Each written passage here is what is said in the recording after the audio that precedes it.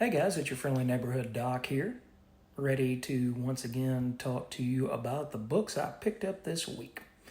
It's a pretty big stack, and actually, over the past month, I've been keeping a list of exactly what I'm reading, both miniseries and ongoing series. So, there are going to be a few books that are going to get cut.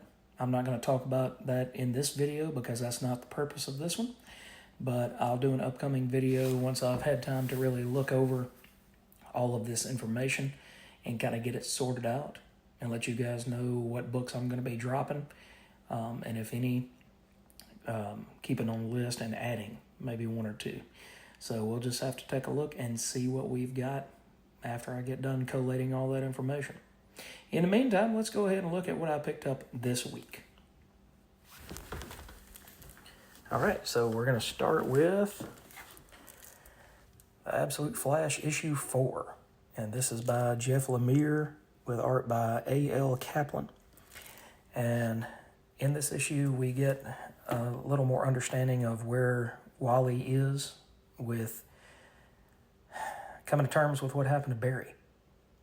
Because, again, like I said in the beginning, Jeff Lemire writes absolute best melancholy stuff that really, talks to you, speaks to you, makes you think about the choices that these characters make.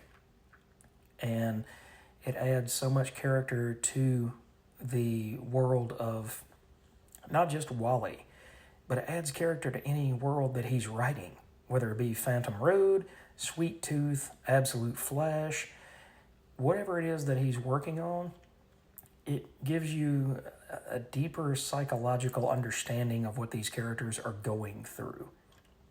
And to me, that's interesting because, again, I've worked psych for almost 20 years. And so I love seeing not necessarily the struggle, but the challenges that these characters go through and how that builds up worlds, builds up rapport with that character, builds up these characters into something greater than they could be without that struggle.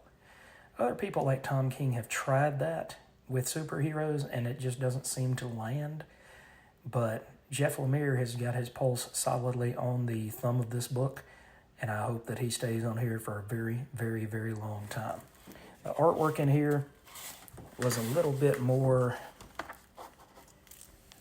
Scott Collins-y, cartoony than what we've seen in the first 3 issues, but at the same time, it's very well done, and you can tell who these characters are. You don't have to guess and say, well, who's Linda and who's Wally and why do they look exactly the same? Because they don't. They have their own personalities and they have their own way of building up suspense in these stories.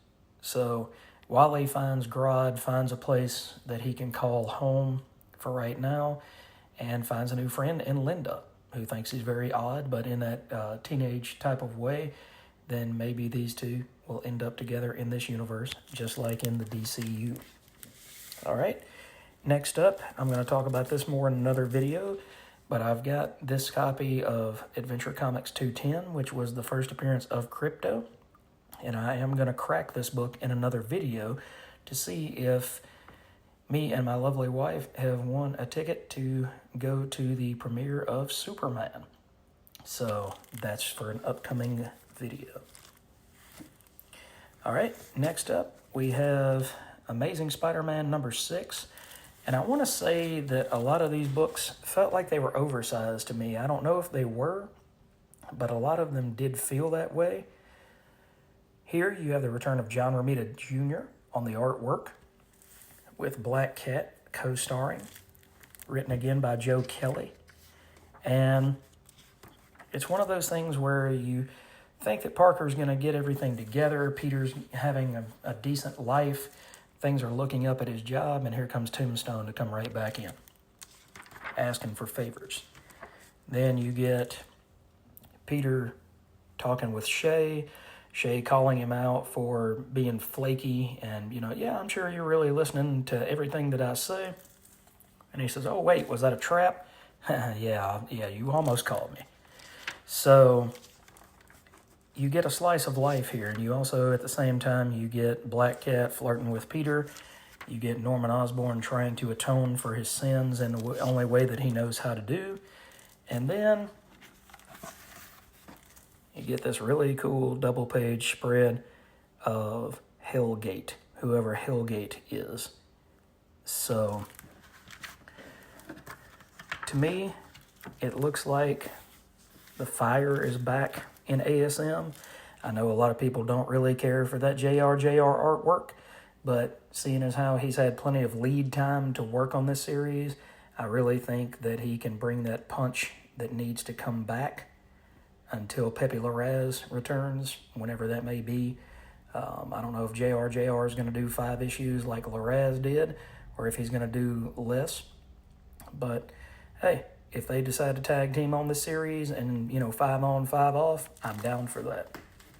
All right. Exquisite Corpses issue number 2 is probably going to be the last issue of that book. I enjoyed the game of what was afoot in the first issue, but you don't really get to see any specialty. They only focus on this one guy in this particular issue. And to me, if you're going to have something that's like 12 issues long and you've already killed off 2 of the characters by this point, two of the bad guys by this point, then what is the point of focusing on one individual killer in each issue? So I don't know that all of these are going to be done exactly like this, but I just didn't enjoy it.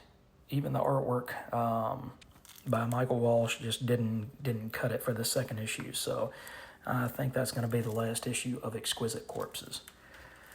All right, also for another issue is this awesome facsimile of Fantastic Four number 49, the first appearance of Galactus, with that Jack Kirby artwork. So look for that in a Greatest Hits video that's coming up. All right, next up we have Flash Gordon issue number 10 by Jeremy Adams and Tom Derenick, who I think is going to be the new artist on the series. Will Conrad's been gone, I believe, since issue 6. So I think Tom Derenick is going to be here. You get to see the rebirth of Zarkov as a human, and then the robot Zarkov, so you have 2 Zarkovs. And you get to see a little bit of treachery on the human Zarkov, but he knows what this robot is capable of doing. And he decides that he's going to shut it down and kill it before it grows. So I don't think that is such a bad thing at the end of the day. You also get caught up with what's going on with Dale and Flash and company here, and Baron and his wife. So really building upon the story of Flash Gordon, building upon the love story between Flash Gordon and Dale. And then at the end, we get a surprise guest that I'm not going to spoil here. But it was really, really cool to see that character and see how he's going to fit in with the rest of this storyline. So I can't wait for the next issue on this. That was absolutely great. All right, next up we have G.I. Joe number 8 with Josh Williamson, and art is by Andrea Milana. And we kind of have CoverGirl and the Baroness going off on a girls' trip to Paris. Meanwhile, you get to see more about Clutch and his new friend Hound and Duke, almost spoiling this. The art by Milana is really well done. The backgrounds are kind of sparse. You get a whole lot, in my opinion, of things like this, where it's almost like a shot of that one, almost like a pinup of that one character. But at the same time, Joshua Williamson loves these characters. You can tell that. He's got that same fire in it that Larry Hama has had for all these years. So you get to see all of these different characters, you get to see all these birds, and then you get to see Raptor. So Raptor is a really cool villain. I love what Joshua Williamson and company have done with G.I. Joe. I love how the artwork melds so well with the writing. So this is definitely not a book that's going to be dropped. All right, we're getting towards the bottom of the stack here, guys. We've got Phantom Road issue 13 by Jeff Lemire, Gabriel Walta, and Jordi Belair. And you get to see both of these agents. So you get to see Agent Harold as well as, let's see. Oh man, why did the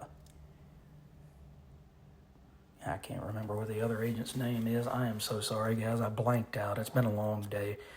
But anyway, it's the father of the special agent who is on the case in the first couple of issues in the first story arc. And so he's getting an understanding of what this particular thing does and what its special powers are. And his daughter, Teresa, actually factors into this back in the day. So, trying to see who this agent's name is. I am so sorry, guys. Anyway, I guess it doesn't matter. But anyway, I just love seeing how this book is progressing slowly but surely, and really can't wait to see what the payoff is for Phantom Road. Originally, Jeff Lemire said that this was probably going to be a 50-issue story arc, or, well, a 50-issue series, and that means we're getting through about the first quarter of it, and it hasn't let me down. It was a very slow burn at first for the first 5 issues or so, and then after that it picked up the pace, and it hasn't let off the gas ever since. All right, and the next to last issue is Vanishing Point number 2 with the Tomorrow Family. This is by Mark Russell with Ryan Alexander Tanner, and it's a really messed up version of the Jetsons. But then at the end of it, you get this character who's really in here. This character named Connor, who's really in there. And he's got an eye patch. He's not a pirate, but he does have an eye patch. And he fits in with his family, but at the same time, each one of them says, your friend's a little strange. I don't know why he's here exactly. This is different. Just like the first issue was different. I don't know if it's different that I like or if it's just different in general. But it's not what you're used to reading. It's not superhero fare. This is more story-driven. And I think he was kind of going for the same thing, that empathetic oomph that you got when you read like Hellblazer 27, that was Neil Gaiman and Dave McKean talking about the man who was just cold and passed on. Jocko, I think his name was. And he passed on, and all he wanted to know was that somebody loved him. He wanted to know that, everything was so cold, and everybody was so cold to him in his life, that he wanted to know that somebody did actually care and somebody did actually love him. So that was kind of the point of this, was that, what happened to Connor was an absolute heartbreaking thing. But at the end of the day, you got to see a little bit of fourth wall breaking between the Tomorrow Family cartoon and Connor and what happens to him in the end. So if you want something different, then definitely check this out. I'm probably not going to continue on with this now that I know that it is one-shots, but the first 2 issues have been absolutely amazing. And the last book I picked up this week is The Walking Dead Deluxe, issue 115, The Beginning of All Out War, part 1 of 12. So we have Rick and his forces standing their ground against Negan, and it's pretty much Rick and Negan talking, so I can't really show you too many pages of what's going on, but there's you a nice double-page spread by Charlie Adlard. This is going to be the knockdown, drag-out fight between Rick's people at the hilltop, King Ezekiel's people, and everybody who is against Negan versus Negan. and his people, the Saviors. So if you haven't read The Walking Dead, I keep telling you every 2 weeks that you should be checking this out. And I really do think that it's coming out in trades as well. So if you never read it in black and white, it's got more of a punch with color. I really do believe that. And I can't wait to dig into All Out War, because All Out War was absolutely amazing. And to me, it was the last really high watermark for this series until you get to the very last 3 or 4 issues. Everything just kind of went on autopilot, in my opinion, after All Out War was finished. But that is my collection of books that I picked up this week. You guys let me know what you picked up in the shop, what you're reading, what you're hating, what you're dropping. And we will come back here again soon and catch you guys in another video, catch you up on how the comic book room is going in the new house, and we will see you then. Take care.